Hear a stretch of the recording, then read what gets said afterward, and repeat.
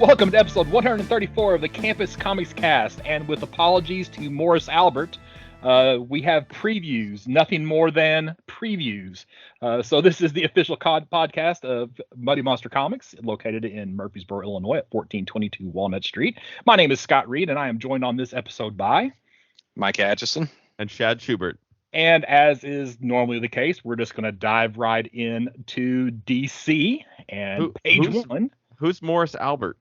He's the guy who wrote that song "Feelings," nothing more than feelings. Did you know this song? No, okay, it's an old. I know the song, but I didn't know that was the writer or the. Well, apparently, like Andy Williams did it later, maybe. I don't know. And it's like I was looking it up, and it's like I guess I should, give credit to whoever I'm stealing this from, And it's like I thought it was like from Cats, but then that was Memories. That was from Cats. Yes, that's so yeah. So I don't know. I found the song that had that phrase and it matched up. So he got the credit for, nice. There he goes. That's the extent of it. My, incredible amount of research I did to verify that information. So, well, I learned something today. I don't know how long I'll retain that, but 1974 and then Andy Williams was 1975 and I, own no music by either of them. So that's why we're not playing the song in the background while we're talking about DC. I mean, I could hum a few bars of it if you want, but that's okay. We don't want to run off any more people. We don't run off the one person. So. Well, yeah.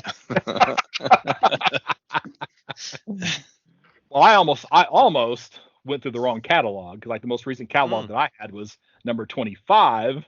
And I didn't have the correct one. So I was like, man, we've already talked about this Tom King Riddler book. Why are they showing that and putting it on the cover? Oh, wrong catalog. So, but we do have on page one, Batman number 127, still by Chip Zdarsky. I guess it's like his third issue. And I missed completely that apparently we have a new villain that's popped up in this series, Failsafe. So I don't know if that's in 125, 126.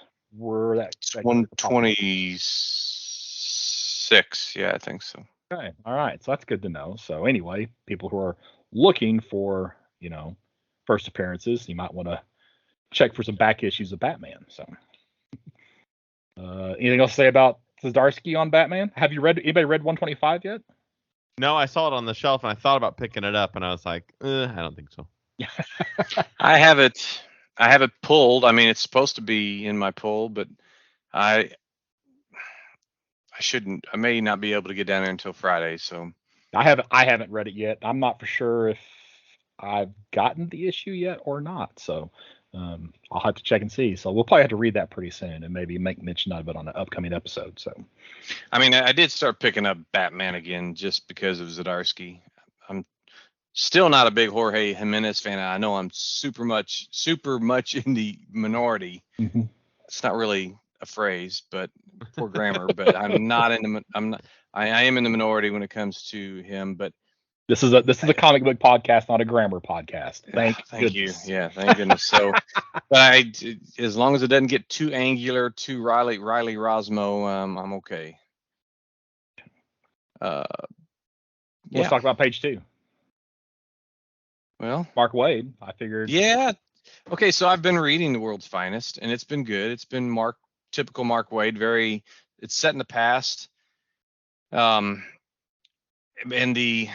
this Batman versus Robin, which I guess we should say that's what we're talking about here, written by Mark Waid and art and cover by Mahmoud Asrar.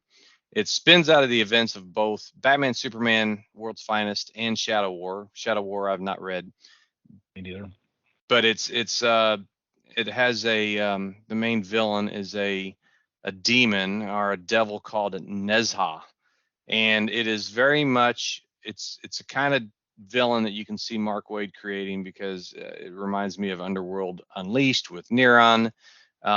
He's this devil is able to im, im, imbue or give abilities to people to, or either enhance their current powers or give them entirely new powers if they're working for him. So that seems to be somewhat of the premise here with Robin and Batman.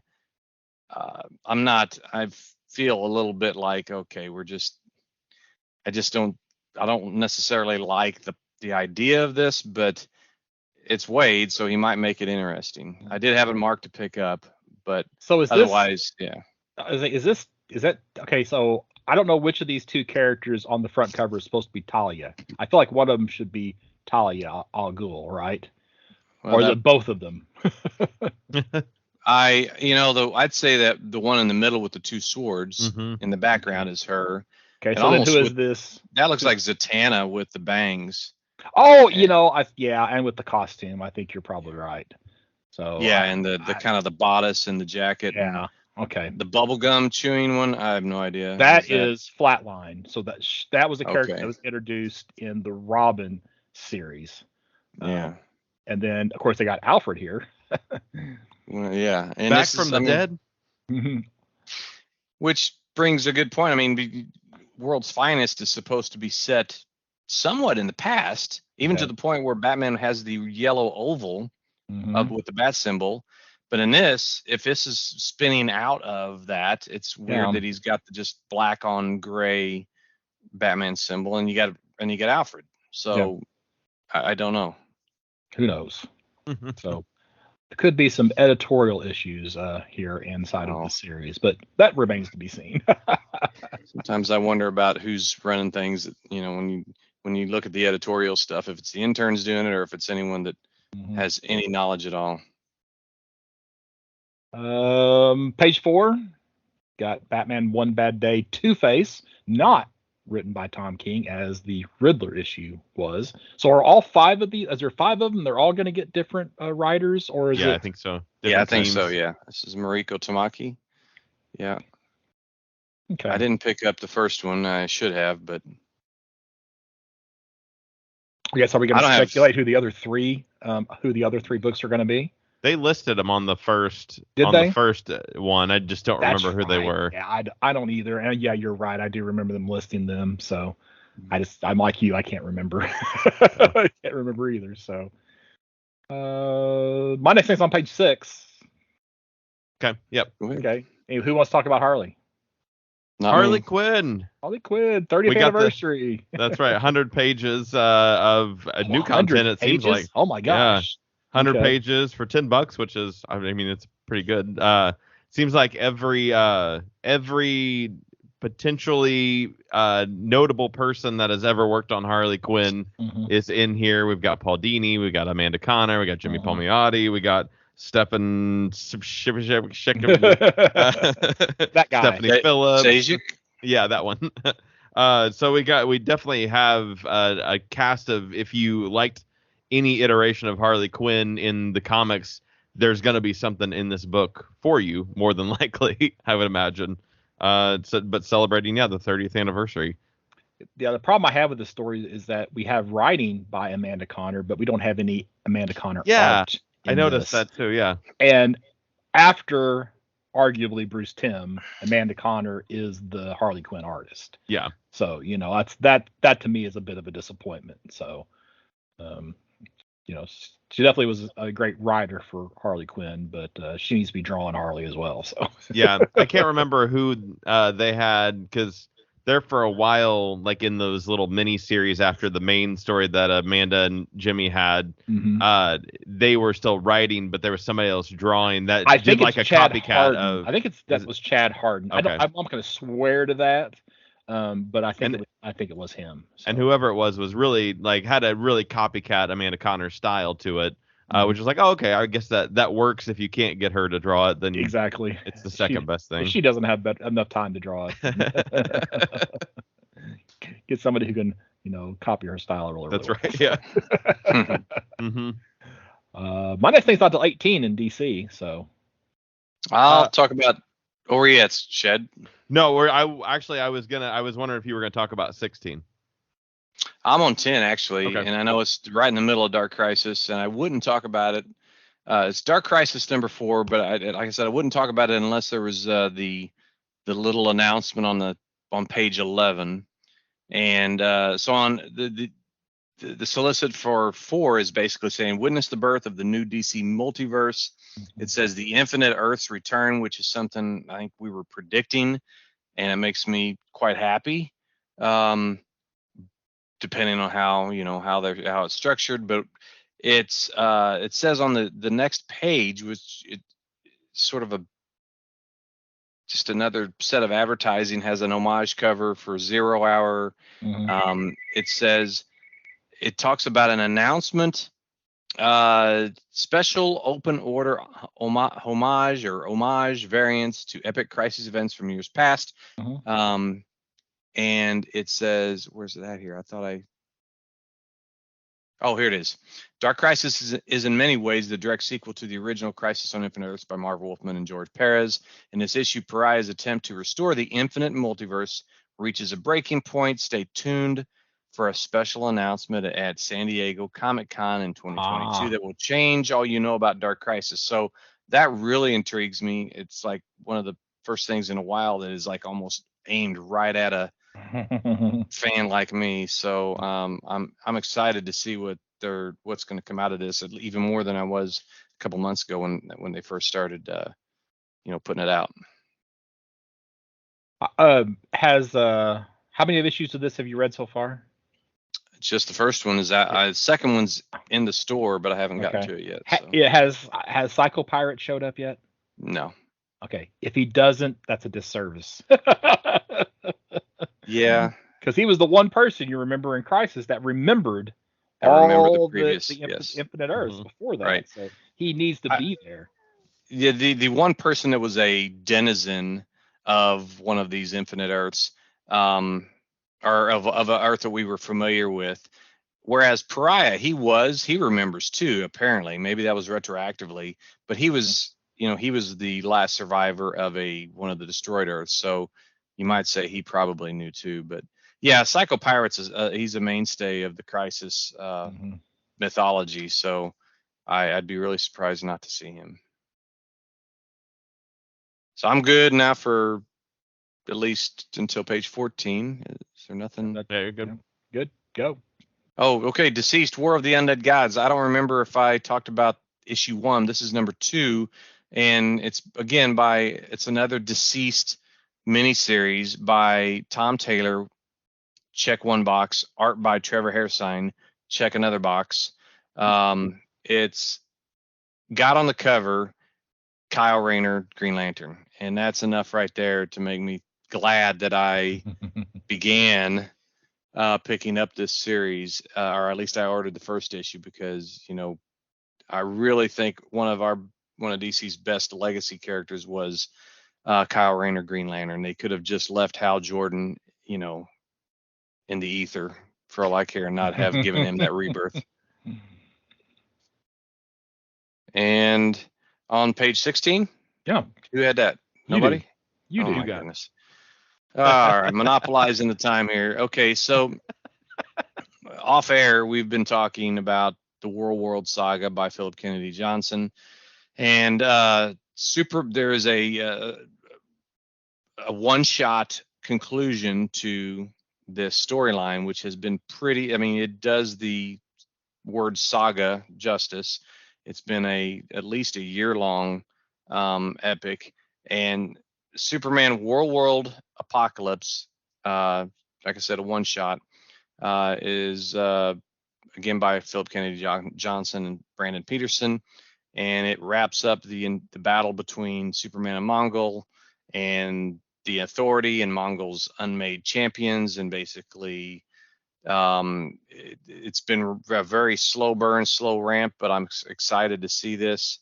And and then the very next page is basically talking about the return of Superman from Kal-El back to Earth after that World Revolution. So we'll see how that works with his son, and how the world will deal with two different Supermen. And they're already counting down to issue 1050. So now every 50 we're celebrating, I guess.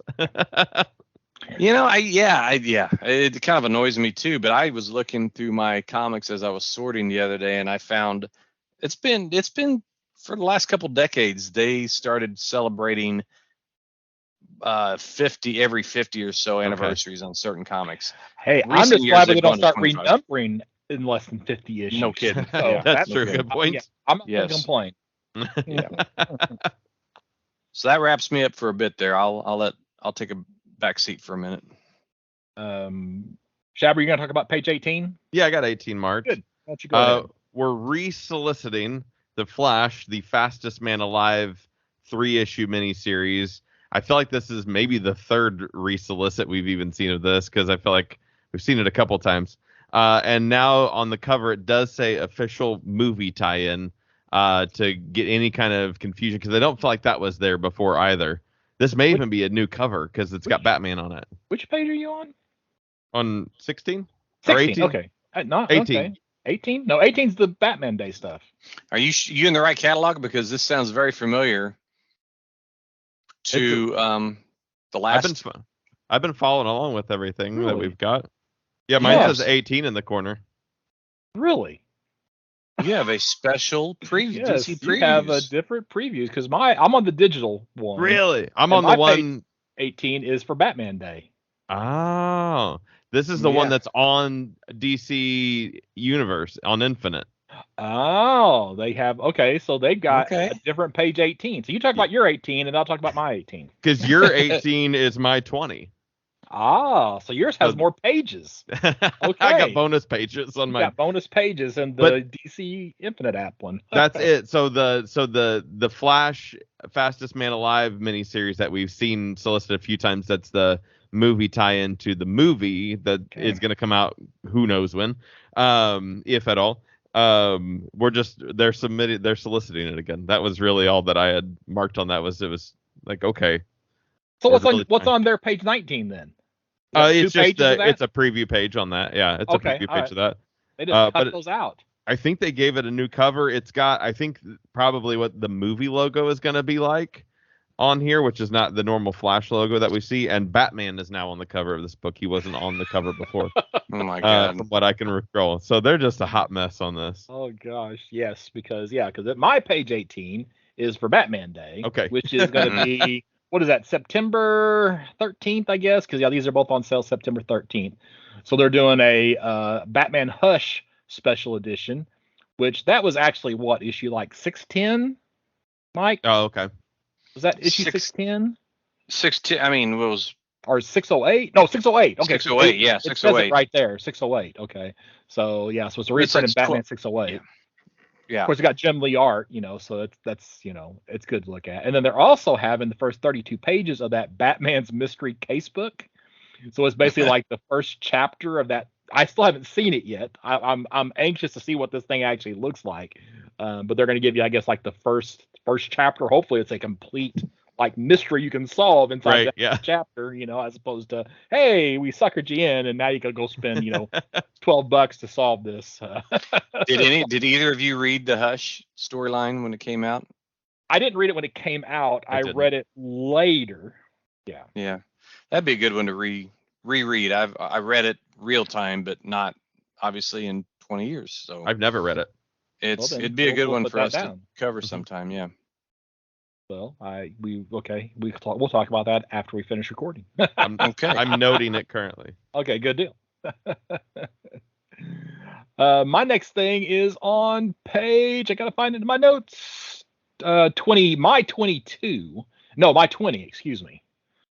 Which is my okay. 22. Which is your 22, right? Were you gonna talk Yes. about this one? Okay, I've you got go it. ahead. I've got it marked only because of the writer. That was all it was. Exactly. Yeah, me too. Yeah, it's the DC Horror presents Sergeant Rock versus the Army of the Dead, and written by Bruce Campbell, and actually just like straight up written by Bruce Campbell. I was surprised to see there's no like co-writing credits on that at all. No ghostwriting.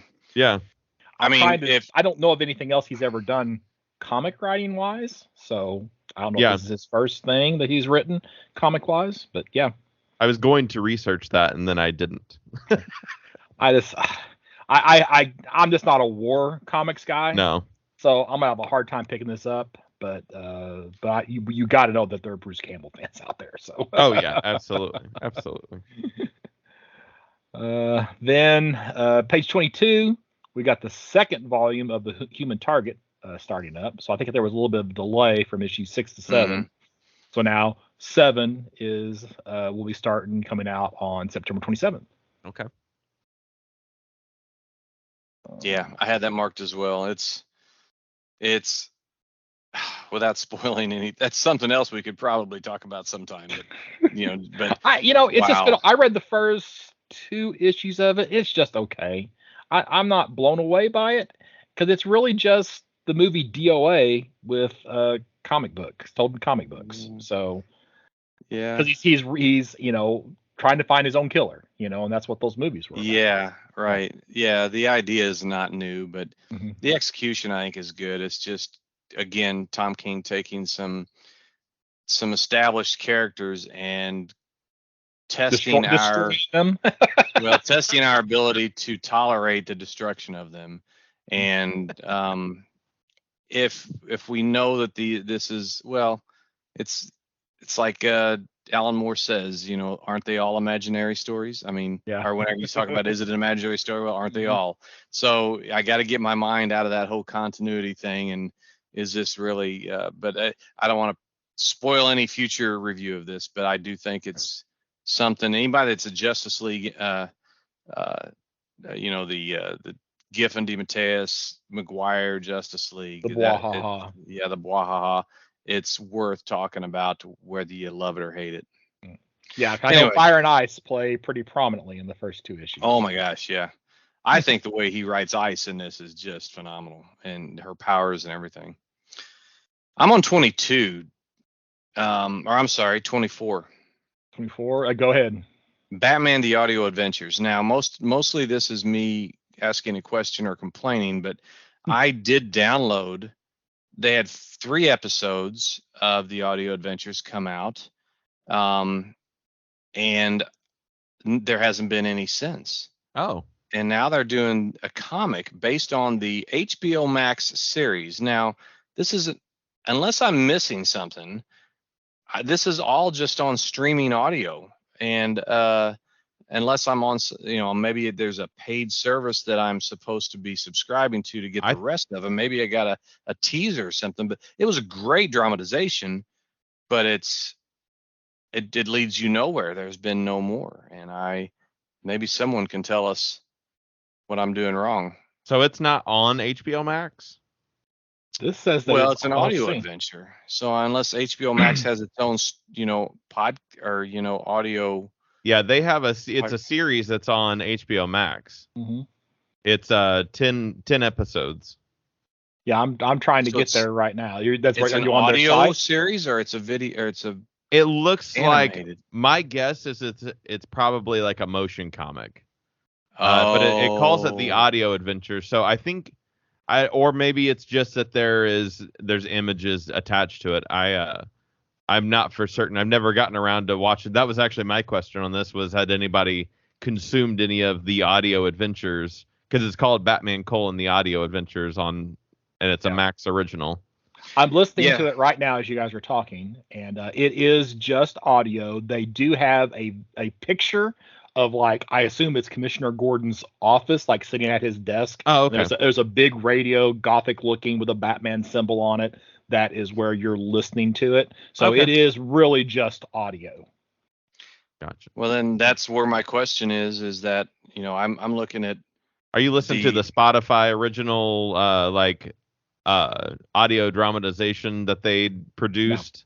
No. Is that what Mike's listening to? Is what I'm asking. Okay. iTunes. I'm on iTunes. They have 2 episodes. They had a trailer and 2 episodes that was put forth. The last one was September of 2021, and it gave no indication as to, hey, go here with a paid subscription. This is where you go to get the rest of the series. Oh, that's so funny. I just assumed, well, this just dropped off the face of the earth, and then I see this.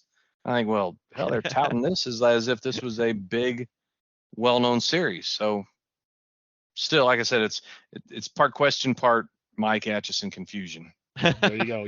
I think you have your answer. Yeah, so there's Okay. that, HBO and then they Max. did a one shot, I think, to kick it off last year that I have. It's in my collection, but I haven't read it. Yeah. So I'll But probably Jeffrey Wright actually does the audio for Batman, which is Well, really there's a whole. They got quite a few good names in there. I saw Rosario Dawson as Mhm. Catwoman. Yeah. Brent Spiner as the Joker. Mhm. So let's see, Wow. Brooke Shields is Vicky Vale. John Leguizamo is the Riddler. wow. Alan Tudyk is Pennyworth. So they put some money into the cast. Yeah, so they've got some. And I'm sure there's probably some of these names that I should know that I don't. Right. Oh, Tim Meadows is Jeremiah Arkham. Hmm. I'm covering them over to see which ones pull up pictures of. Well, this series it's 7 issues long, so I think I'm missing something on the audio part. It's got to be out there somewhere. There are 10, and they're on HBO Max. Okay. So there you go. All right. My next thing's on 26. I'm done with the book, so Oh, okay. You're all good on my end. All right, so we got anything for 26, Mike? No. Okay, so we got Black Adam, the Justice Society Files, Atom Smasher #1. This may be the record for the longest title, that's for sure in the DC catalog. But with it having the preface Black Adam, apparently the Atom Smasher is going to play at least a somewhat important role in the upcoming Black Adam movie. Thus, they're introducing you to this character, so you have some idea of who it is, and it probably has nothing to do with the character that will actually show up in the movie. But at least I guess they want to put Black Adam on some merchandise and get it out there to sell. So, if you want to know more about Atom Smasher, here's a one shot for you that you can pick up. Page 32. Mike, I expect you to have this as well. I do. All right, well, you go ahead. Well, it's anybody that's even close to being a fan of George Perez. And now that he's passed, even more so that you're the nostalgia and the appreciation for his contribution to this industry almost just compels you to buy this DC poster portfolio. And I'm sure DC was counting on that. Mm-hmm. For $25, you get 42 pages of 12 inches by 16 inches posters in a portfolio style, which I remember getting something like this back in the 80s. Got it here somewhere, but I'm really excited to see what's spotlighted. I'd rather not be spoiled. I'd rather just get it and Scott, I've seen you at shows before, putting out prints for sale that are about that size, and that's the kind of stuff I like to see. And even though I don't have the wall space in my house, unless I got divorced and had took over the whole, my wife kicked me out, then I guess I'd have room. But maybe I don't know how much you have in your doghouse. That's true. Yeah. Good point. But yeah, I still, you're talking from the new Teen Titans, Wonder Woman, Crisis, and more. This is a collection that spotlights George's penchant for crafting some of the most iconic and unforgettable images in comics. So kudos to that man. Yeah, well, these poster portfolios that DC does are actually generally pretty good. I think they have it says 42 pages, which I think is going to give you about 20 prints in there. Maybe a few less if they, do some double pages or something like that. But they're nicely done. You can either pull them out or you can just leave them in the book. They've done it for Jim Lee and Joel Jones and Art Germ and several of them in the past. So they're and the price at $25 is an awesome price for what you get out of those. Yeah. So yeah. And if they don't put that new Teen Titans poster in there, I'm going to be extremely disappointed. The one that was put out in like 82. Mm-hmm. Oh, I've got that in my garage now. I used to own that. I have no idea where it is now. But God, it's long, long gone. So it is one of the best posters ever. Page 36. On 34, I just want to say, yes, I'm that guy that will once again buy another copy of Action Comics #1. This is the facsimile edition. To go with your original. Yeah, to go with the original. So I don't have to get it out. I don't want to tear anything up, So now refresh my memory. The facsimile, does it include the ads and everything, right? It's a full facsimile on these things. So yes. Yeah. So that's one thing you get that you don't get in some collections and or even like Millennium Edition or whatever that has come out before. I don't know how many they had like it wasn't Wheaties, but there were a couple of reprints in like the 80s and 90s. This is a book that hadn't been reprinted a lot, but now it seems like it's getting a reprint pretty regular. Yeah. And I know this story backwards and forwards, so it's only 7-8 pages. Yeah. So I'm doing a reread of I'm going along with the podcast and reading all of Superman stories starting from the very beginning, and it's Superman #1 is just like, it's basically a rewriting of Action Comics #1, except with a little additional information. So, and Superman is a totally different character. So. Oh yeah. And then page 36 is my last thing in the DC catalog. We have Batman Superman World's Finest #7. And I only mention this because apparently they're going to introduce a new character called Boy Thunder. Also written by Mark Waid, art and cover by Dan Mora. Preview. I know what that is going to be for me. Right next to that one is Black Adam #4, and I've only read the first issue, and it's very good. And this young man that's represented or that's on the cover is a descendant of Black Adam, the original Teth Adams from ancient Egypt. So Priest is knocking this out of the park. And let me tell you, I did not realize that Priest was writing this series. So I probably need to back up and see if I can get the first few issues of that. It's good. Yeah, and then of course there's a little humor. I don't know if it's humor or I guess it's probably more satire would probably be the correct word. But so this is going to be, I guess, a legacy version of Black Adam, and apparently in the storyline, Black Adam wants to call him White Adam. So Priest is going to use this as a soapbox. Soapbox may not be the right word there, but to kind of talk about how color, like Black Panther, Black Goliath, it seems like it's more on the Marvel side than it is on the DC side, but how color is sometimes used, in naming of characters. So. Right. Yeah. I think the character's actual name is going to be either Thunderbolt or Bolt. Is what I had read. Okay. So. Oh, I see. Yeah, but not that Black Adam doesn't want to call him White Adam. That's all. I don't have anything else in DC. I don't think I do either. Nope. All right, so on to Marvel. Well, page 1 we have issues 4, and then on page 2 issue 5 of Axe Judgment Day, and I think this means that Marvel has gotten a month behind on Judgment Day, because if I remember correctly, the first month they solicited 2 issues, and then the second month they solicited 3 and 4, and now I feel like they're soliciting 4 again, so 4 and 5. So I feel like they've gotten behind schedule on this series.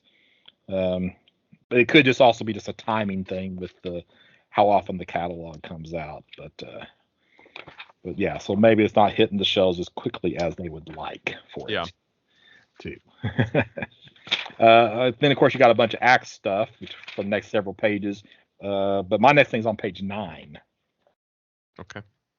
All right, so Fantastic Four #47, and I just was skimming through all these Axe things, didn't plan on talking about a single one of them until I saw Die Hard in one of the solicits. So apparently in this issue we are getting one Invisible Woman trapped in the Baxter Building, and it's going full Die Hard is basically how they are describing it in the text. So this, I'm hoping that this one can maybe be read by itself, and that one might be a good one to pick up just for the story there. Yippee-ki-yay, Marvel. Yeah, let's see if they're not, they're not hiding the fact they're not being subtle at all. No. Yeah, not at all. So All Out Avengers. How many adjectives do we have left? But that's page 11. Although I like the lineup here, that looks pretty good. well, what is the lineup is the question that I would ask looking at these Oh. various covers, because Ooh. Blade is in one of them, but he's not in Yeah. the other one.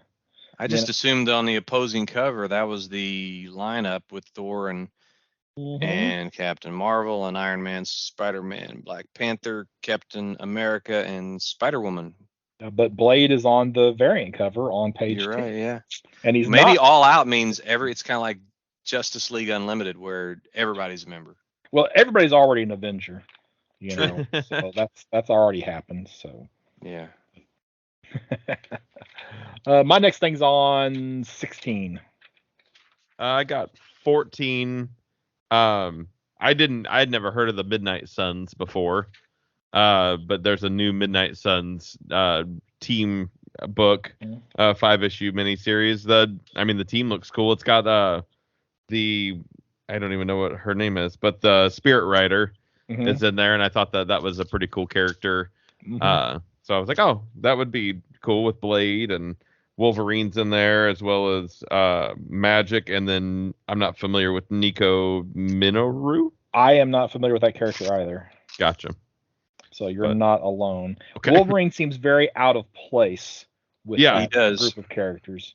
And previously, this was Midnight Suns SONS. So now it's Midnight Suns SUNS. Ah. Yeah, because the Midnight Suns O started back in Ghost Rider. Yeah. Back in the 80s, or late 80s or early 90s. Gotcha. So. I guess with a lot of women, you probably don't want the SONs in there. Kind of. I mean, I guess you still could, but yeah. But if you change it to a U, then it's a little more open to different genders in there. Then on the next page, on page 15, Marvel Voices Community, just a new character alert. They don't mention who it is, what their name is, or anything. It just says introduces a brand new character into the Marvel mythos. So if you're watching out for that kind of thing, that's one of those books. I'll have to. They've actually introduced a lot of new characters in these Voices books. Yeah. Because this is the first one of the Voices is where the Children of the Atom first showed up as. Yeah. So I missed that. I'll have to make a note about that one and add that in there. And speaking of new characters on 16 and 17, right? And Edge of the Spider-Verse, I think every single issue has introduced some new version of Spider-Man. I guess we get 3 in one issue and 2 in the other. Yeah. We got the one that was interesting to me was the Spinstress, and apparently there was some type of contest where there was a Marvel took entries, and this was the version that won that contest. Oh. So, and I guess actually that's the only new one in 4 because Spider-Ham and Spider-Mobile have been around. But issue 5, we have Web Weaver and Hunter Spider, which is Kraven the Hunter, if they had received the spider powers. So I was just going to say that looks like Kraven the Hunter. And you would be correct. That is exactly who that is supposed to be. So Sergei Kravenov.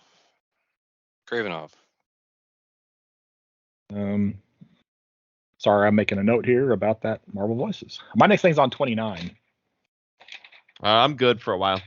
Okay, and this is actually my last thing, unless I just find something as I'm flipping through. I did have the Damage Control number 2 on page 27 earmarked. It's again, this is a team that was sort of a oddball team, but it's I like the cover with it. It looks like sort of like an all red cover, something you might see in a young animal book, with both Ant-Man and the Wasp kind of running off the end of a burrito or something. I don't know. Trying not to be eaten, but I just wanted to say I did order the first issue of this, and I don't order a whole lot of Marvel, but I'm looking forward to seeing what this team's like. Yeah, Damage Control started in the 80s or 90s, and they were literally the cleanup crew after all of the battles that happened in Manhattan. Okay. and then now they've turned them into a superhero team. So, All right. and Okay. of course, Damage Control is featuring prominently in the Ms. Marvel Disney Plus series. If Mhm. you've been paying attention, I didn't to know that. Yeah. Okay. Well, you watched the first episode, I right? did. That's all I've got in so far. And well, at the very end, that was the teaser. At the end, the extra credit scene was Damage Control. Oh, that's right. That's right. Yeah. That's right. Yep. Page 29, we got Captain America Sentinel of Liberty number 4, and they are giving you a little cryptographic puzzle here on this issue. So if you have nothing else better to do with your time, you can go through and figure out this message up at the top of the page, right? And if you have better things to do with your time, if you just go on Twitter, you can find the answer. So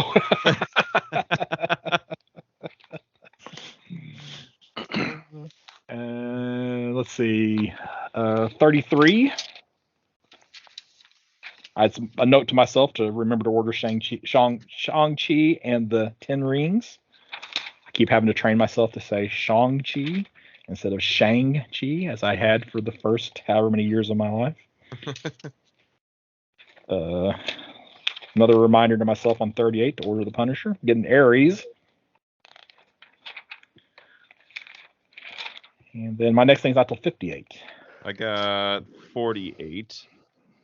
48 is Star Wars Visions #1, which is going to be a continuation of the story The Duel from the Star Wars Visions TV show that was on Disney Plus. So if you were a fan of any of that, this was the kind of Ronin lone kind of samurai story that was I think episode 1, if I'm not mistaken, of the series. And this is continuing that story past, I guess, where we left off in the show. It, from the looks of the preview art on page 50 and 51, it looks like it's Lone Wolf and Cub to me. Because like in Lone Wolf and Cub, you have the samurai who's carrying around the child. So now you have the samurai who's carrying around the R2 droid. yeah, it could be, absolutely. Yeah, because he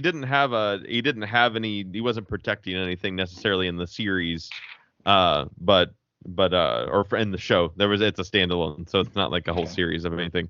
But yeah, maybe he's protecting this droid in this ongoing, or I'm not sure if it's an ongoing or what they're doing with it. It doesn't say. Doesn't really say, and they could just continue it could be issue 1 is a continuation of episode 1, and 2 could be 2, and who knows what they're doing there. We'll find out. And that's on Disney Plus? Yeah. I'll have to watch that. I haven't seen that. Yeah, there's I think 8 episodes, something like that, and they're all standalone stories that are all different Japanese animation, taking characters in the lore or around the lore and creating their own little standalone stories that are, I believe, supposed to be within canon. Okay. Interesting. Yeah, I had not seen those. And that's all I got. Page 58. We talked about the Batman Day stuff. Well, they're soliciting the Halloween comic books. So these are ones that, if you're like me, I give out comic books instead of candy at Halloween. So they're giving out Amazing Spider-Man. I think it's issue 88, which introduced the Goblin Queen. There's a Star Wars Dr. Aphra. There's a Strange Academy. It doesn't say which issue. And then the first issue of Moon Girl and Devil Dinosaur. So I will be ordering some of these just for the purposes of trick or treat. It's a good idea. Yeah, I think I'm done with Marvel as well. There's on page 67, there's an advertisement or a solicit for Miracle Man, The Golden Age by Neil Gaiman and Mark Buckingham. Now, this is a collection of stories written, in the 80s, 90s? 85, I'm not sure. Yeah. 85. Okay, so the only reason I bring it up, A, I've not read not a single story about Miracle Man. But B, I just heard that there is going to be a new Miracle Man series coming out in December, which really isn't in any of this, any of our previews, but it's been out there in the news.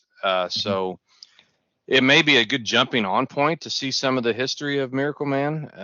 Golden Age. I think there's also a Miracle Man Silver Age stories as well somewhere out there, but I don't know. There were, I mean, this covers, actually, this doesn't even cover all of it. This covers 17 to 22. no. So it's missing the first 16 issues, which I'm trying to and like I read what would have been the first 3 collected volumes of Miracle Man. It's been many years. It's obviously really good, but they take a break from the story to go back and like tell some of these Miracle Man stories, which I assume is what's referring to the Golden Age. Is they take this very modern character and then they go back as if this character were a Golden Age character and telling the stories from that. And then later you find out and again, it's been a while since I've read this. It seems to be that the character kind of was remembering how things were and then finds out how they actually were. It's kind of it's very Neil Gaiman is all I can say. So Okay. Well, and before that, like the issues before, you've got like, because Neil Gaiman just picks up on like issues on that, like that's where he picks up, right? Is 17, because he's not the original, right? Because it was Alan Moore, wasn't it? Alan Moore wrote on Yeah. it. Yeah. Like it's kind of that book has such a weird history to it, and just the character is, I mean, there's a whole, he's somehow related to Captain Marvel. It was I've heard about this. I couldn't even begin to put it all together off the cuff like that, but it's he has an interesting history, this character. So I think, and I'm kind of checking on Wikipedia just kind of verify what it was, is whenever DC basically sued Captain Marvel out of existence, the Fawcett Captain Marvel. Yeah, the Fawcett Captain Marvel. Yeah, they wanted to continue publishing this in like the UK, so it became Marvel Man, and then once Marvel tried to get rights to it or to reprint it or something maybe happened because of the word Marvel, they had to switch it to Miracle Man.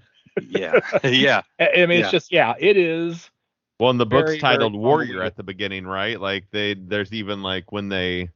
Well, Warrior was a magazine. Oh, that was the anthology book that it was also. Yes, because Warrior is also where you can find the first edition or first story for V for Vendetta. Oh, okay. Yeah. Yeah. So it's really? It's an anthology book. Yeah. If I am remembering this correctly. That sounds right. You did a really good job summarizing what I kind of knew, but I didn't want to put it out there on my own. So I agree with you. And it makes me think I need to go back and read this again. So me too. I mean, for the first time, I want to read. It's a property I definitely want to learn more about. I mean, you talk about some great creators. And it's not like there's that much stuff. It's not going to take you a long time to get through all of it. No. Yeah. But the reason why he's an interesting character now is because there was a Timeless one shot with Kang, and I think they're going to do a very Dr. Manhattan thing with Miracle Man. I'm like you. I keep wanting to say Mr. Miracle. I can pause and think before I speak. Where he's going to have like some type of impact on the Marvel universe as a whole. And I hope they don't. I hope they do the right thing. Don't do what DC did. And now, granted, it had been so many years. I mean, Alan Moore had pretty much abdicated or, just disowned the whole property. So DC really didn't. I mean, it wasn't really a slight necessarily to do it any more than they already slighted Alan Moore. But this, if you all of a sudden you got a Marvel 2-in-1 starring The Thing and Miracle Man, or you have Miracle Man joining the Avengers, I'll be very disappointed. Yeah. And now my big issue with that is if they were to do something like that, it's not that they're doing that, it's that in 5-10 years they're going to lose the rights to those characters, right? And you're not going to be able to reprint that, not have on Marvel Unlimited. Huge gaps in the story. It's just like I'm representing my ROM this evening. Like I can't read any of these stories on Marvel Unlimited because they don't have rights to the characters now. So Yeah. You know? Anyway, we done with Marvel? I think so. I do believe so. Ready to go on to the big book? All right. And I just opened up the wrong catalog. Let's see here. That's not the right previews catalog. That's last month's previews catalog. That's not even last month's previews catalog. That's May catalog. Let's see here. Downloads. Here we go. July. That would be better to get the July one as opposed to the the one from 2 months ago. Okay. Probably, yeah. So, don't forget to get in your order. Remember, everything at Muddy Monster Comics is now catalog orders. So, if you haven't got it already, Mike's got a catalog for you. Orders, you try to have them in by July 18th. Ideally, you probably got a day or two grace period on that, but you don't want to wait too much longer than that to get your orders in, because Mike's trying to avoid doing the whole FOC orders on all the books. He wants to basically order them, once with a few add-ons here and there throughout the month. So July 18th, get that order in. My first thing is on page 40. I got on 32. There's a couple of solicits in this book this month that they tell you things, but you don't really get a grasp of what's even going on. This being one of them, where I feel like, okay, I'm down for the Bone Orchard world that Jeff Lemire and Andrea Sorrentino are building. This is the first issue of 10,000 Black Feathers, which is their, I believe, 12-issue series that they're doing. I don't think it's on here, but that's what, if I remember right, the whole layout of the plan was, something along those lines. And it's just, they don't give you a lot of info. They got these two kids, they're gamers, and they have to figure out the difference between what's the reality and what's not real. And that's kind of the thing. I'm like, oh, okay, well, they're really just, I think, kind of hoping that people are going to buy into this. I have the trade that came out because they had a hardcover that was released. So they've had the Free Comic Book Day, and then they've had the hardcover that just came out. It's called The Passageway, I think is what it's called. I've got it sitting the top of my to read. And then this comes out. So I don't know what to really expect of this world that they're building. But have you read any Gideon Falls? I haven't read Gideon Falls yet. Well, you probably should read some Gideon Falls before this. And is that the right one? Is Gideon Falls the one with the black barn? I don't know. I haven't read it either. I just know that that's sort of a it precedes this. Well, they're saying that has nothing to do with this world. But it's in, but I thought it was in the same. I thought it was all in the same. Not Gideon Falls. Oh, Gideon Falls is not. Oh, okay. No. If it doesn't have this Bone Orchard : in front of it, it doesn't count, I guess. Oh, okay. All right. Okay, then never mind then. So. Well, but it is the two of them doing a horror story, so it is. I mean, it's. Okay. But I mean, there's not a Jeff Lemire book that he's written that is his own creation that I've disliked. So he's got that going for him for me. I don't necessarily love it when he plays with other people's toys, but he's also got Andrea Sorrentino on art. Yeah. And I mean, the sample art looks I probably wouldn't even consider this except for the art. And well, I mean, I don't know. Jeff Lemire, you're right. The stuff he creates, but the art really pushes it over. Yeah. Oh yeah, absolutely. Yeah, absolutely. And then on 36, we've got Creepshow #1, which is just kind of a 5-issue mini, kind of giving us Creepshow in just its truest form, it seems like. 2 standalone stories, one of which is written by Paul Dini. But even the artwork kind of still has that classic Creepshow feel with just brighter colors in it. But if you're into, I'm not a big Creepshow fan, but if you're into it, I think this will be a good kind of callback to that. I remember watching the Creepshow movie, and and you had Crypt Keeper and everything. I don't know. I don't care for horror as much in our horror anthology, I guess. This preview wasn't for you, format. Was it? Yeah, no. The entire book is full of. Yeah, but we are creeping up on Halloween, so you can see throughout this catalog there's going to be a lot of this stuff. I did earmark this because I thought, okay, it's a callback, and even if I don't have the nostalgia feel for it, I'm like, well, let's see what it's, it's just like the same reason I'd pick up some of those old EC reprints, I hesitate to even talk about this book because it's Donny Cates. But page 40, we've got Vanish #1. All right, written by Donny Cates. Got several different artists on it. I'm not sure exactly how that is going to work, but it's like a superhero who's decided he doesn't want to be a superhero anymore, so he's just kind of going out there. But then in the preview art, I guess this former superhero is getting mugged, and then a new hero comes and basically, quote unquote, saves him when he probably didn't need to be saved. And you got this new hero is kind of this arrogant little snot, and then he realizes who it is that he just saved, and that's kind of where the preview ends. It's just enough to make me want to know what's on the next page. Just barely enough. It's just right on that line. And I bet if they would show me the next page, I'd been done with this. But because where they cut the preview, they may have me on this one. So yeah. Vanish is the title, written by Donny Cates. My next thing's not till 73. Whoa. Yeah. 52 for me. I got 48. Only because I love this. It's Flawed, issue 1, and it's described as Frasier meets the Punisher. I did see that earlier. Yeah, I didn't earmark it, but I seen that when I was reviewing this. It's like kudos to whoever wrote that just for the little eye grab there. But it's essentially just a psychiatrist by day, vigilante by night kind of thing. My God. But that was a good little grab there. It's like, right on. Good for you for that. 52. My reason for picking this to talk about is less worthy than anything either of you could come up with.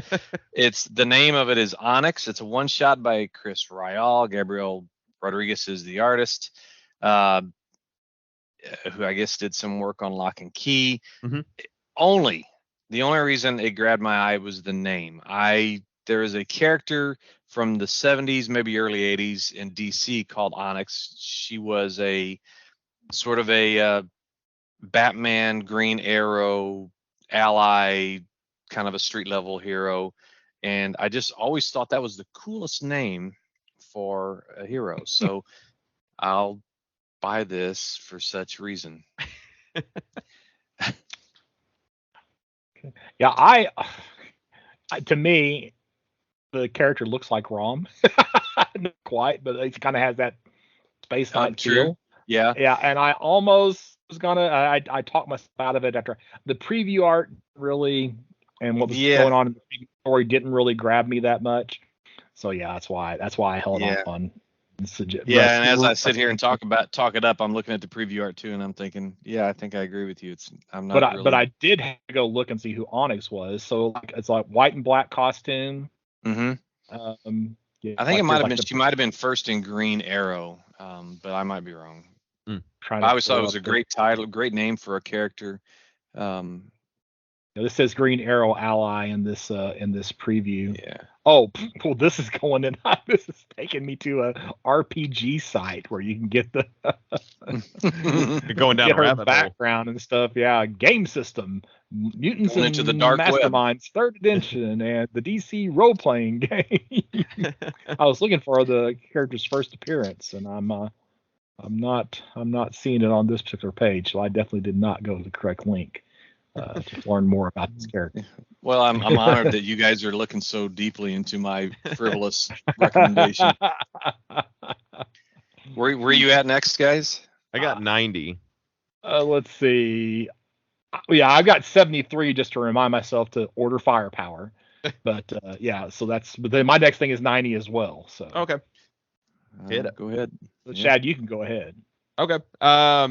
This is called Briar, coming from Boom, and it is the story of Sleeping Beauty. If she didn't get rescued, she didn't have her happy ending, and she had to kind of rescue herself. I like these classic tales that they kind of configure and give you a different ending, a different point of view. So I thought that was kind of cool. I wish I could see some interior because we have a couple of sketches and then we have variant covers. We don't have any actual interiors on the story to know what's going on with that. But Christopher Cantwell, then some character designs as well on the like 2 subsequent pages. Yeah.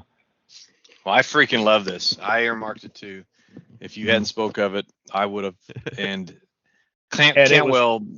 Cantwell's what sold it for me as well. Yeah. So, yeah. I mean, if his name's on it, and the premise is just what you described, Shad, and I'm all over this. Mm-hmm. Now the description reminds me, and that's a book I've talked about from Action Labs before called Princeless, where it's like all of these fairy tale princesses have to save themselves.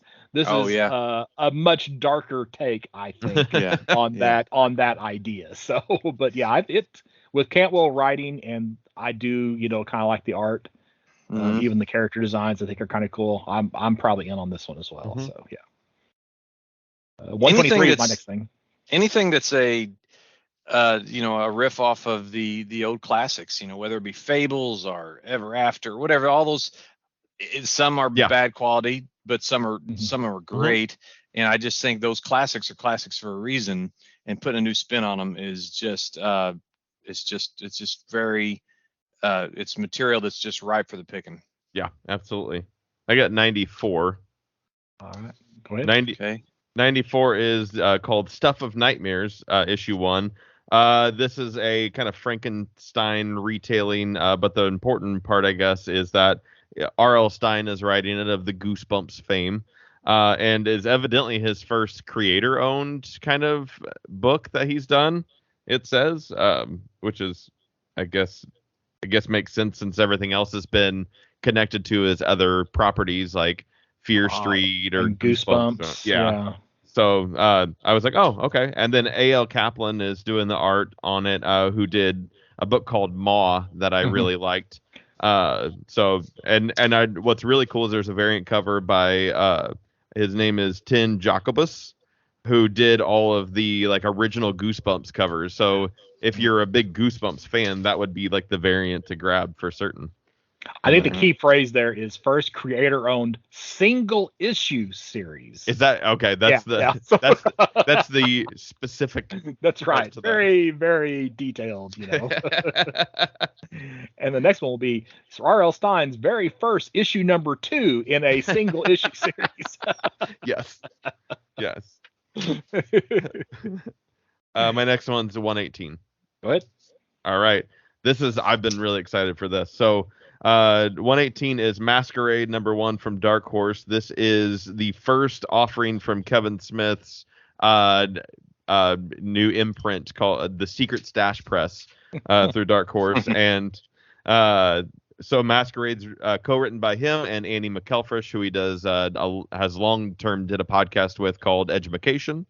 And then John Springelmeyer is the artist who is also known as Captain Ribman, who does all of the like Jay and Silent Bob art that you see on like the Secret Stash logo is Captain Ribman. And so he's got a whole team of people that you're familiar with in this. And the premise behind it is that it's a social media TV star who is seeking vengeance for the murder of her brother, and also the person who did that tortured her as a child, and so she can't do it, obviously, seek the revenge as a TV star, so she becomes a masked vigilante to do that. And word on the street is that there's also a Walt Flanagan variant that will be only available through either the Secret Stash or Kevin Smith Club or whatever, but it's not going to be offered through regular retailers. So if you're looking for that Walt Flanagan variant, keep an ear out. Okay, that's interesting. I thought he and Flanagan had a little bit of a falling out. Yeah, I'd heard you say that, but I wasn't. I hadn't heard that at all. Okay, well maybe they reconciled. So that's it could be absolutely. Yeah. My concern with this book is Kevin Smith keeping a schedule. Oh my, yeah, it's already written. Oh, completely? Yep. Okay, all right. Yep, it's already all written, so no worries on that. He's even stated like, I've got an issue with Deadline, so before you even know about these books, they're going to be written in full. Okay, cool. Well, good. Okay. So, yes, I think he knows that he's a joke that he's the butt of the joke when it comes to Deadline books. Yeah, because okay, so I know he had trouble on the Daredevil series whenever he did those 8 issues, and there was one he didn't finish. Mike, what was it? It took him so long that the character's story became irrelevant. Do you remember what that was? It was something for DC. He's still got a Batman book that he has to finish. It might have been that one. I mean, he did really. The only thing I've read of him in DC was the Green Arrow run, Right. and that he completed that and handed it over to Brad Meltzer, maybe. Yeah, that was Brad Meltzer. Yep. Yeah, he did 2 of the 3 parts on his Batman series with Walt Flanagan. Okay. And then they still have a spot for it. They've been talking about finishing it up at some point. Yeah. Besides that, the only thing I've read of his was Spider-Man Black Cat. Which that maybe was the one he didn't finish. Yeah. That was like a 2-issue. No, it was like 6 issues, 5 or 6 issue. But it all came out. Did it all come out? Yeah. Okay. Yeah, it did. Yeah. I reread it not too long ago, actually. It didn't age real well. Some of them. Yeah, I wish I could find that, and maybe he finally did finish it, but who knows? I'm trying to find it here, and this list isn't going to mean it gets. While you're looking, I'm going to talk about right on the next page. 120 is Shock Shop. This is from Dark Horse as well. Did you have this, Shed? Yeah, because it seemed like you would. Oh, it's an anthology, an all new horror anthology from Cullen Bunn. This guy is prolific. He puts all over the place. Yeah, of content, man. And I do have an affinity for the anthology horror. Mm-hmm. Maybe it's just and especially the stuff that's proctored or the stuff that's hosted. Whether it be Cain or Abel or Eve or Destiny or whatever from DC. Mm-hmm. But you've got or if you go to EC and you got all those different hosts. But this is what's the name of the person that's sort of hosting it? I forget her name, but she's sitting there sort of like a Zatanna / Madame Xanadu person, and I mean, it just calls to me. So I'm all over this. They're hosting out of a comic book shop, which I thought was cool. Exactly. Yeah, that's cool. Yeah. And it's a flip book that's you don't see those all the time. So you got like the one story's on one side, and then you flip it over and get the other one on the other side. So 2 covers and everything. Hate flip books. Hate them. Well, the world according to Scott Reed. At least it's the same title. It's not as bad in the. It is the same title. Yeah. Books where it was like Image did this, like, or Valiant or both. It was like it was Rye on one side and Magnus Robot Fighter on the other side. It's like, where do I put this? How do I sort this book? Where does it go? It does have the individual credits on each cover though. So if you, depending on which story you like better, at least it goes in it's the same title. Yes. It goes into the same spot. It still goes in the S's. That's right. You okay. It's still Shock Shop. So apparently Kevin Smith did a series called Daredevil: The Target in 1998. Okay. Yeah, I haven't read that one yet. Well, he released 1 issue in 2002, and by 2006, the second issue had not come out yet. Oh, okay. And apparently, it's never ever gone anyplace. That's funny. Yeah, so, I have that issue signed actually, but I don't. I've never read it. And it says here, and working on still unreleased sequel to Batman: The Widening Gyre, his miniseries with artist Walt Flanagan. So there you go. They mentioned that in there as well. So okay. I'm still at 123. How about it? Okay, so we got a bunch of people who aren't comic book people writing comic book stories. So now add David Duchovny to the list. So we have a hardcover, $20. Sorry, David, I am not going to invest in your story for $20. No. But for anybody who is just the diehard X-Files fan or whatever, this is apparently his first writing into the comic book format. The idea is, what if Homo sapiens didn't survive and all the other hominids did? So you have Neanderthals, and they're dealing with some extraterrestrial threat. So 112 pages. All right. Then I go to 138. I got 134. Mike, you good? I'm good. Okay. On 134 is the Roadie issue 1. And I originally was overly unimpressed with this story plot, and then I reread it, and I was like, maybe. So that essentially takes place. It's a former heavy metal band roadie who has retired, and evidently when he was a roadie was also an exorcist. And weird concept at first, and I was like, well, I mean, heavy metal is kind of synonymous with like devil worshiping and Satan and all that stuff, and so the idea that maybe everybody's right about heavy metal and it is connected to the devil, you would want a roadie who also is an exorcist in case you ran into that kind of thing. So I was like, oh, that's actually pretty good. And so he has to come out of retirement to save his daughter who is being possessed. Well, Seeley's no slouch. He's a good writer. Okay. Seeley is also an excellent artist, and you just don't see him drawing much anymore. It's like he's almost always listed as a writer. Yeah. Yeah, I don't know what I've seen. Maybe I was thinking of Grayson, but he just kind of co-wrote that. Mm-hmm. Yeah. Let's see, 138. Okay. So we got the third issue of Mind Management Bootleg, and I have to remind myself to get the cover C because it has the extra Mind Management playing card in it.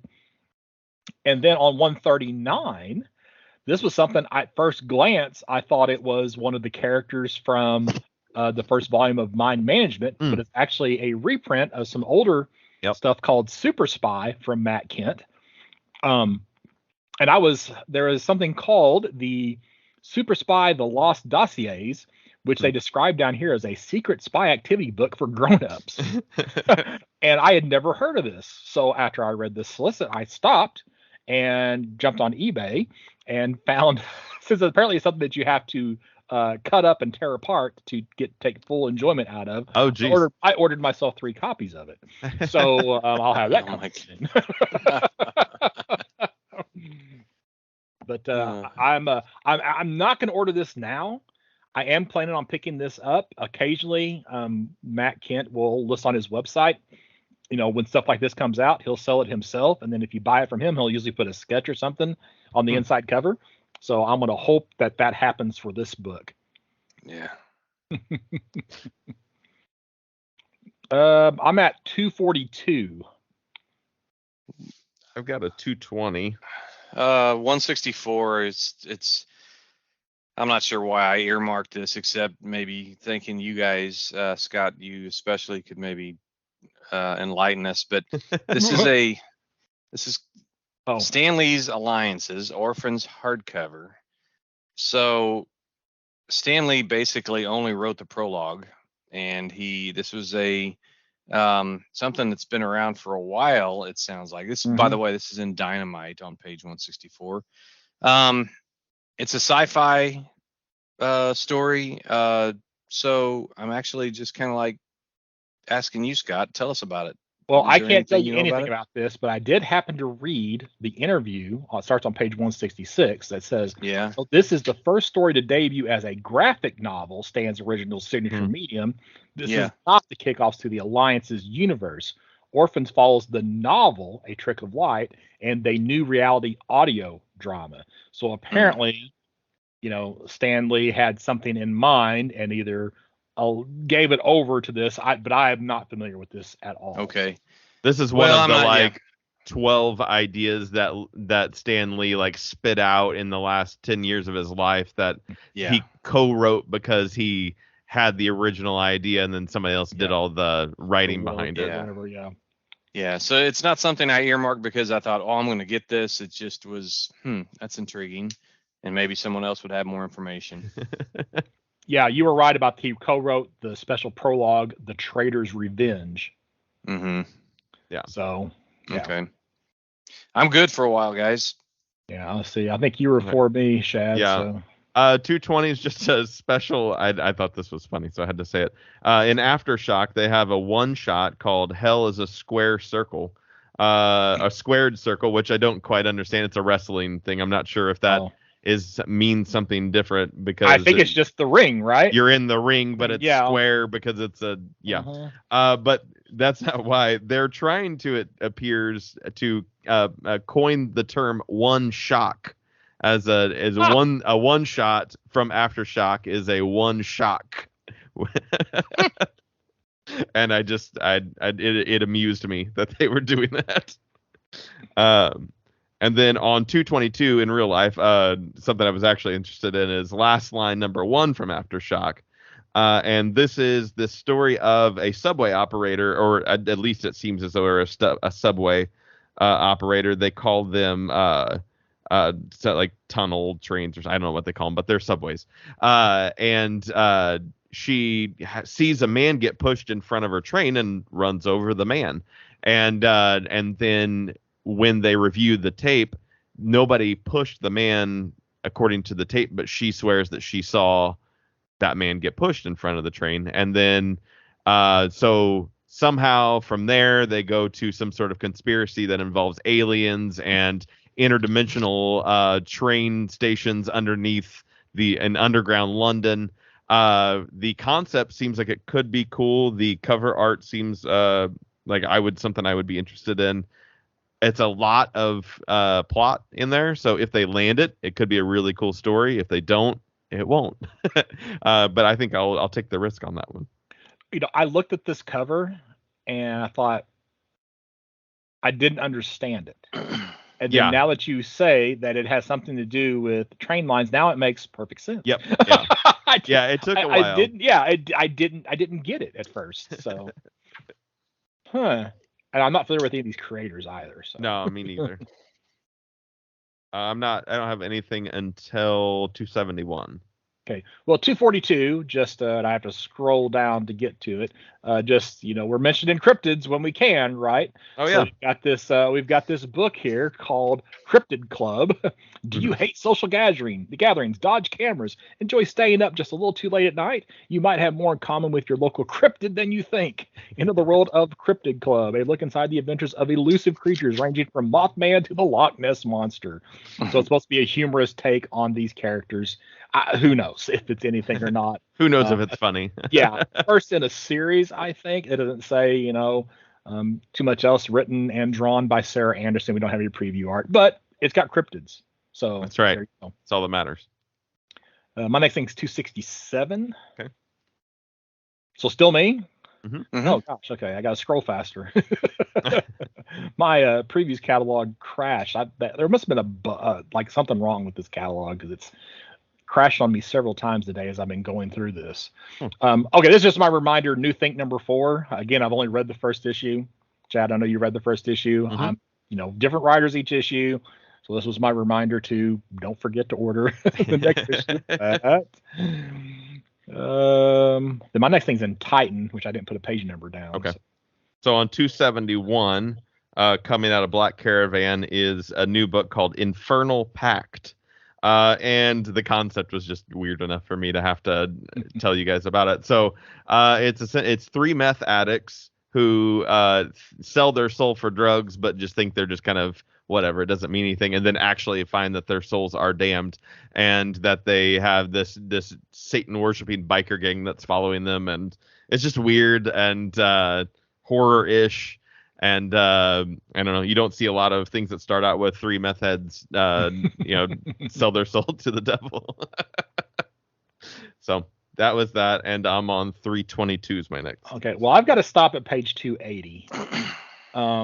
So there's this book from, I guess it's from CEX Publishing, called Saga of a Doomed Universe, and it's just all homage covers. Oh man. And it has an homage cover for the Marvel Handbook. It's got an homage cover for Who's Who. It's got an homage cover for Doomsday Clock, for the 25th anniversary Marvel books, for Secret Wars. I don't know what cover A is an homage to, if anything. But the artist is Scott Lee. Yes. Oh, that's great. I mean, spelled the same and everything. Yeah. Mm-hmm. So I may just have to pick this up for that reason and that reason alone. So, yeah. We all have our We all have our indulgent picks. That's right. I like that. But what caught my eye on this page was the Who's Who and the Marvel Handbook covers for that. I just, yeah. I thought those were kind of cool. But anyway, that is cool. I totally missed it. I'm on the next page. Well, go ahead. The Tragedy of Macbeth by William Shakespeare. So once in a while I think, wow, that'd be a great tool. This is something I've never read, and I've never had that foisted upon me in school. But I thought, well, this is maybe a good way to read Macbeth through comic format. So it's adapted by Stuart Kenneth Moore. It's 2 issues and $5.99 each. So why not? Makes you wonder why they didn't just release it as a trade. If it's just a 2 issue and exactly, you just sell it for $12 and just move on with your life, kind of thing. Yes, yeah. I actually skipped something, and now I got to go back and find the page. Sorry, I didn't put my page numbers down on 2 books in a row, and it threw off my groove. So, this is from Anyone Comics, and it's not actually a comic. I'm back page? To Avatar. I don't know. That's what I'm trying to find is the page number right now because I did not write the page number down. Well, it's got to be somewhere around 260 something. Yeah, I'm scrolling. Let's see. There we go. Anyone Comics. It's on page 243. So this is the Access Guide to the Black Comic Book Community. There's a new version for 2021-2022. And I'm just going to read it. The premier directory of Black comic books, their creators, the support systems that sell and promote them, and the spaces that bring the fans together is back. Now in full color with updated content and new categories for podcasters and books. The second edition is ready once again to help guide readers on their exploration of Black comic book culture. So I cool. realized there was one of these a year ago. I knew about that time there was a push to recognize Black creators, Black comic-owned businesses, including and especially in the comic book community, comic book shops.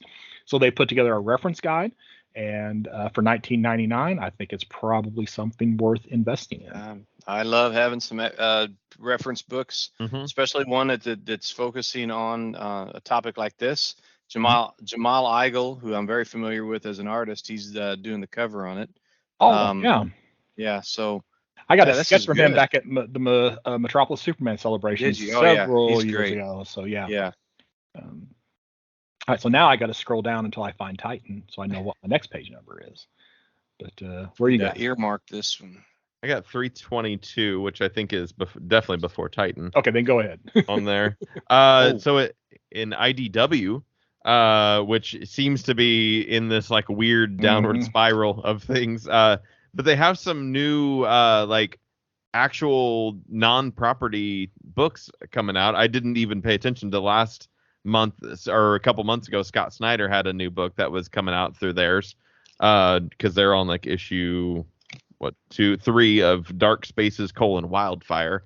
But that's what I want to talk about. I want to talk about Earth Divers #1, which is written by Stephen Graham Jones. An art by David Gianfilis. I don't know how to say his last name. And the covers by Raphael Albuquerque. The premise of it is that it's 2112, which isn't that a Rush album, 2112? And it's the apocalypse. And we have a group of survivors that find a time traveling portal in a cave and make the decision to go back to the year 1492 to kill Christopher Columbus before he discovers America so they can course correct, because evidently the discovery of America is where the world just went wild. That's what started the apocalypse, essentially. And so they have to go back and kill him. So I was like, oh, okay, right on. So I thought that was an interesting concept and not the only one that involves a portal off in the weird spot that I'm going to talk about later. There's another one. You also have, oh gosh, and now I forgot the name. Time Bandits. It sounds like Time Bandits. Yeah. Yeah. Absolutely. But maybe a little darker. And then my next one's on 373. You're still before. I me. wanted can we roll back for a second Yeah. to 303? It's the only because I've been trying to make note of these every time we have a previews episode, and it's the creator you should know segment, and this one features Walt Simonson. He just gives a little background of him. He went to school at the Rhode Island School of Design. He created Star Slammers. He went on to do a lot of work with Marvel, especially Thor, and Fantastic Four. Yeah, Fantastic Four. He did Star Wars, The Avengers, X Factor, and then at DC Manhunter, didn't he? Yeah. Oh yeah, he did Manhunter at DC. So mostly I'm just kind of like skimming through his little biography here, but he's just one of the classic creators that if you think of the 70s on and some of the innovative stuff that someone did, he's a name that should pop up. So kudos to Walt Simonson. I think he's big into Norse mythology, because like even after he finished Thor, he did some other stuff, and I couldn't tell you what it is related to Norse mythology. So I think it's like one of the things that he really enjoys. And he's married to Louise Simonson. Louise, yes. She's a creator of note herself. What was her maiden name? Oh gosh, I can't remember. That doesn't matter. But she's in those Rutland, Vermont parade issues, along with Walt and Steve Englehart and all them, Jerry Conway. Well, this just says Mary Louise Alexander and Louise Jones. So okay, it's Jones. It's Jones. Yeah. Okay. All right. Yep. I had 365 also earmarked just because in years past I've always talked about buying stuff for my older granddaughter, but now I'm looking at maybe buying some things for the younger one. She's 4 now, and the Justice League Saves Christmas hardcover is jumping out. I earmarked this for that. I will probably pick this up just to expose her to some superhero stuff, and it's an illustrated book. It's easier to read those than trying to read a comic book to a kid. So it's for boys and girls ages 3 to 7. Well, then if you're interested in heroes and Christmas specifically, back on 328 is a Batman Returns One Dark Christmas Eve, which is a retelling of Batman Returns in a tongue-in-cheek Christmas story, it says. Okay. And it's a kid's version. It's all geared towards kids. All right. 320, okay, marked. There, I see it. Yep. Thank you. I'm at 401. Okay, so I got 373. It's the other Portal in the Woods story. It's called West Moon Chronicles. This is issue 1. And these creatures live in the East Texas ancient pine forests, and evidently have been living there peacefully forever until they start turning hostile. And this man who is a Korean immigrant and his grandson are the only ones who know what's causing it. And it could be this portal that's in the woods. And so we're into portals, and it's causing a rift in the forest and causing these creatures to be angry. So it's the East Texas off of Route 4 instead of the West Texas town of El Paso. Oh, is that the difference? No, that's also like a song. That's from Scout Comics. I always try to find. There's always like Scouts got some new stuff here and there, so I like to see what they've got coming up. My next one's on 417. What did you say yours was? 401. So 401. And this again is just my reminder to myself to order the final issue from Titan for Blade Runner Black Lotus issue number 4, which is based off of the animated series that I didn't know that was even out there for quite a while until it just randomly popped up on HBO Max. So then I jumped to. I'm also on 417. It's a monster spotting, I bet. I bet it is. You are correct, sir. You go ahead. This is the famous monster movie art of Basil Gogos, and it's just an art book with all the different art that you famous stuff of like Boris Karloff, Bela Lugosi, Vincent Price. And it's a hardcover and a soft cover. They got two different versions, two different covers. Mm-hmm. Yeah. Phantom of the Opera is the one on the right, I think. Mm-hmm. The one on the left, I don't recognize. But there was that, we talked about one of the last episodes, there was that horror creature guy that was I can't remember if it was Karloff or Lugosi, that I had not heard of before. Okay. That popped up as well. So I think it's him. I think it's that character, but I don't remember who that character is. Yeah. And you get there's a cover an introduction written by Rob Zombie, if you are interested in that. I've been rewatching Rob Zombie horror movies, so I'm all Rob Zombied out at the moment. And then 418's my last thing on this side, the next page. I'm done on this side, so go ahead. Is The Nasty from Volt Comics. I love that title.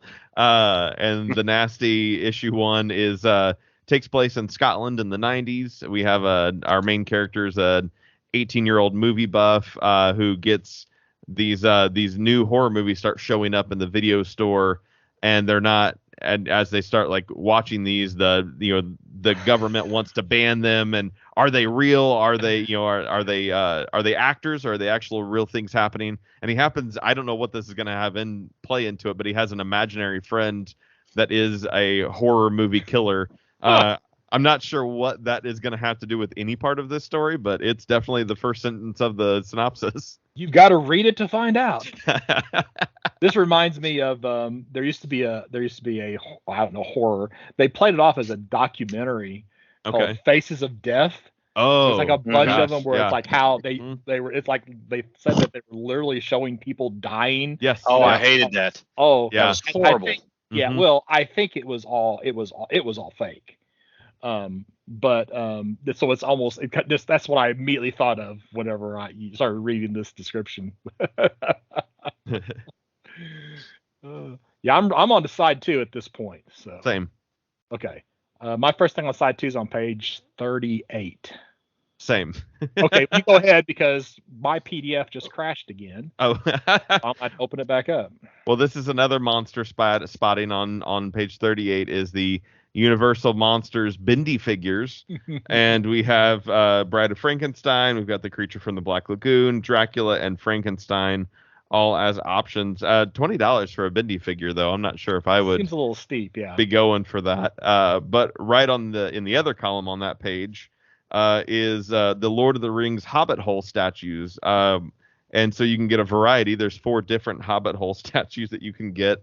And I just imagine these all being set up just the same that you would have like your grandma's Christmas town was set up with like the fluff, but you could make your own Hobbit town with like little outside grass on there, because that's what they look like to me, that you could just set them up and put little figurines of hobbits around playing. And that's what they're intended for. So are they really? Build your little diorama type things. Every once in a while you'll see like just like a little corner shaped piece. Yeah. And it's so that you can have a diorama for either taking pictures of like action figures set up or have a display on your shelf. That's funny. Or whatever. Now also on 38 is the Universal Monsters Ultimate Wolfman, black and white. Oh yeah, I didn't see that. So don't forget about that for our. And I only have one more thing, so I'm done. Okay, so and I'm trying to find it because I actually just noticed it flipping through. I think it's in the games, which is like towards the very, very end of the. And I may be, you know what? And actually, I may have seen it in the catalog when I opened up the wrong catalog. It may just take me to that page. So no, I'm done as well because what I thought was in here is not in here. So never mind. I am finished as well. Mike, anything else? No, sir. No, sir. Okay. So, all right. So who's got some things that they are looking forward to books here? I'm looking. Go ahead, Mike. I'm looking forward to Dark Crisis, the announcement they were referring to at San Diego Comic-Con. That's what I have to say I'm looking forward to. More than any book, you're excited for that announcement. Yeah. So they can say something terrible and crush all your dreams. That could be. What about you, Shad? What are you looking forward to? I'm looking forward to that new installment of the Bone Orchard kind of world, the 10,000 Black Feathers. from Image, and then also the Masquerade, that Kevin Smith book. I'm going to go with that issue of Fantastic Four 47, where we have Die Hard. yeah, the Invisible Woman taking on the role of Bruce Willis. So that whole thing just intrigues me. I think, and I'll be able to read that, as a Christmas story, right That's before, because Die Hard is a Christmas movie. Don't forget. What about investment picks? Anybody got an investment pick? I just the oh my gosh, the Boy Thunder first appearance in World's Finest Seven. You're welcome. I had it earmarked, but it just I couldn't keep my mouth shut whenever you mentioned it. So I'm not good at this investment stuff. So. We noticed. I'm gonna say I'm gonna double down on Masquerade, Okay. only because I know specifically that this was a script that they were shopping originally, and then they decided to make it a comic book. So what's to say that it couldn't go the other direction after it is released, and there's something to physically kind of see about it, that this may be the beginning of something larger for Masquerade. I am going to go with Briar issue number 1, because eventually something that Christopher Cantwell writes is just going to have to get picked up someplace. Right. So this is the new book that, new book. I think it has a recognizable story. So be something easy for somebody to pick up and run with the series. Absolutely any of your streaming services could pick this up and run it as a series. So yeah, because everybody knows who Sleeping Beauty is. Yeah. So they would understand the premise really, really easily. So. All right. So Shad, what do we got coming up in the next episode? Well, coming up on episode 135, we're going to be reviewing Thor: Love and Thunder. And we're also going to, everybody's excited for Scott's hot take. And then we're also going to be reviewing Superman and the Authority, issues 1 through 4, as well as the Authority special, the Batman/Superman Authority special number 1, which is all part of the same story there. Under protest, it should be Superman/Batman in That's Superman's book. Agreed. All right, Mike, if somebody wanted to reach out to you, where would they do that at? At the now famous email address, m.atchison90@gmail.com. Shad, what about you? You can find me on Facebook at facebook.com/ Shad Schubert. I don't know what the slash is there. I got all lost. I don't know where I'm at. What day is it? You can find me on Facebook, Shad Schubert, SHAAD SCHUBERT. And as always, check out the Can't Get Rights, my band. We've got some shows coming up in the future. And since I forgot to mention it before I asked everybody to do their closing, July 23rd at Muddy Monster Comics, we have Catherine Sutherland and Nakia Baris, a couple of Power Rangers. We'll be there from 10 a.m. to 1 p.m. And then also on that day, lots of stuff going on in Murfreesboro. We're going to have the Muddy Monster Comic Con, Berg Comics. I'll be set up there along with several other vendors. Of course, Mike's going to have the shop open. The movie theater, which is called the Liberty Theater. The Liberty is going to be showing like movie serials all day long, if I remember correctly. Nice. And if you're a part of the convention, you'll be able to walk in and out. They're going to have the refreshment stand open, the concession stand. That's actually the word I want to use there. Open. And then they're bringing in some food trucks into the parking lot for the day.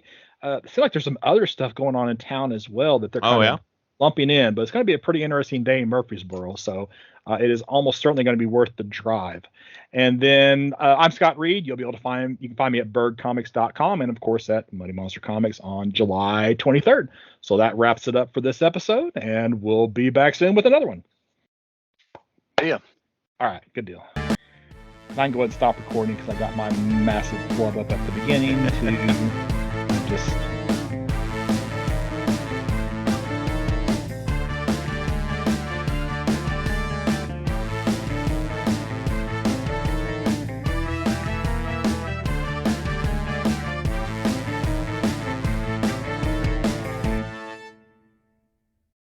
Okay, ready? All right, so So welcome to episode 134 of the Office of the Bloody Monster Cast. And we changed the name. That's right. Yeah, we changed the name. It just happened.